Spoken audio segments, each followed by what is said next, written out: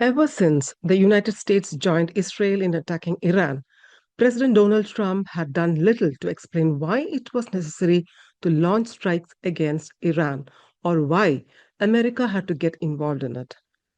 His explanations are varied, from saying that Iran's nuclear program must end to claiming that the strikes were needed to protect the United States and its allies. Now, however, President Trump says his decision to order the attack on Iran was largely based on his gut instinct about Iranian intentions. He said in his Oval Office on Tuesday, "We were having negotiations with these lunatics." He meant the Iranian diplomats and says, "It was my opinion that they were going to attack first. I didn't want that to happen. So, if anything, I might have forced Israel's hand, but Israel was ready and we were ready." That's what President Trump says. Trump is either taking the blame or the credit on him. But is that the truth? We cannot ignore the facts and explanations that are emerging around us.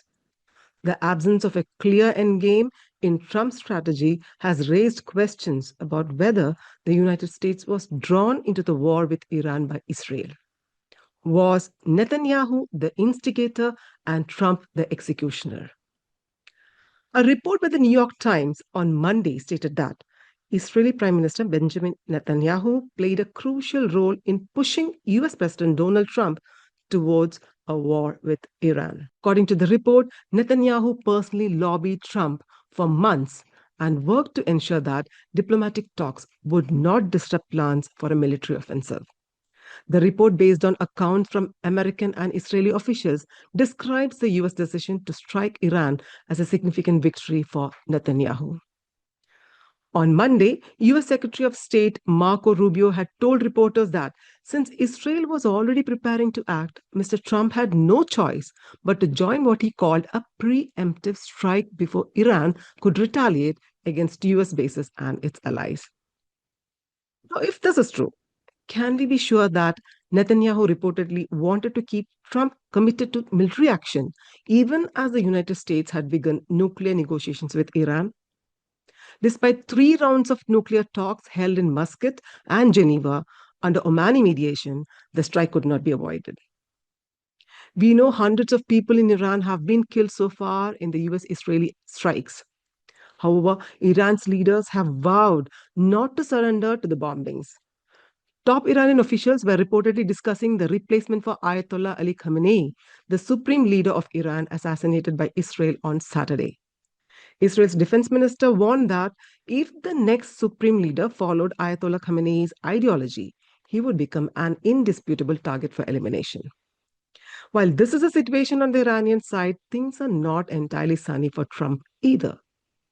On Wednesday, Republican lawmakers blocked a measure that would have limited President Trump's power to continue waging war against Iran without authorization from Congress. But the conflict has expanded into a wider international crisis now. The reports that came early on Wednesday said that NATO air defenses shot down a ballistic missile fired from Iran that was heading toward Turkish airspace. An attack on Turkey, a NATO member that holds a major US military base, it would have been a serious escalation in Iran's retaliatory actions against neighboring countries. But Iran on Thursday rejected Turkey's allegation that it had fired any missile towards Turkish airspace. The latest reports drawing attention say that pro-American Iranian Kurdish forces stationed in Iraq are organizing armed units that would enter Iran, opening up a possible new front in the already widening conflict. The reports also say that the CIA had previously provided small arms to Iranian Kurdish forces as part of a secret program aimed at weakening Iran. This effort reportedly started even before the current war. American officials are now discussing whether a Kurdish cross-border move would be useful as the fighting escalates. The US has a long history of cooperating with Kurdish militia forces in Iraq and Syria. Any US efforts to back the Kurds in launching an operation into Iran could force Iranian army units to retaliate, which might allow American or Israeli aircraft to strike them. Meanwhile, in Lebanon, Israel intensified its attacks on Hezbollah and ordered a mass evacuation in the country's south. The Israeli military instructed Lebanese civilians to move north of the Litani River, which has long been considered a front line in the conflict. The news of United States sinking an Iranian naval ship in international waters was yet another shocking development in the rapidly escalating conflict. A torpedo launched from a US submarine hit the vessel, the first time an American submarine has fired a torpedo at an enemy ship since World War II. Dozens were feared dead after the Iranian naval ship carrying a crew of about 180 people sank in the Indian Ocean on Wednesday off the coast of Sri Lanka. Again, on Wednesday, Saudi Arabia, the United Arab Emirates, Qatar, and Kuwait also joined the fray, announcing new Iranian attacks. The growing escalation of the war has created anxiety among many nations.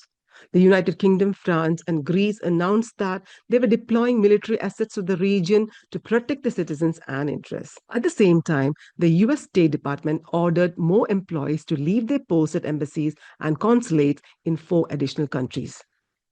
Many countries have expressed concerns on the Modi government also in India for not directly condemning the US or Israel for attacking Iran. But analysts say this reflects India's strategic alignment with the US and Israel, both of which are major defense and technology partners for India. The government led by Narendra Modi has avoided taking an openly confrontational stand against any side, but its actions and statements show a balanced approach that protects India's interests while not openly attacking Iran diplomatically, maintaining strong partnerships with Israel and the US, prioritizing Indian citizens and economic stability, and avoiding direct military involvement. This approach reflects India's broader foreign policy, that is, cooperating with multiple powers while keeping India independent in decision making. Now, coming back to the Oval Office Supremo, during his 2024 presidential campaign, Donald Trump promised voters that he would end wars, not start them.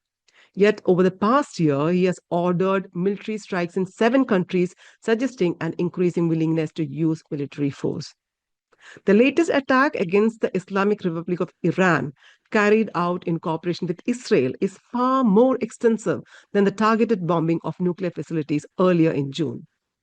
Trump began this war without clearly explaining to the American people and the people in the world why such action was necessary. He also had not involved Congress, which the US Constitution grants the sole authority to declare war.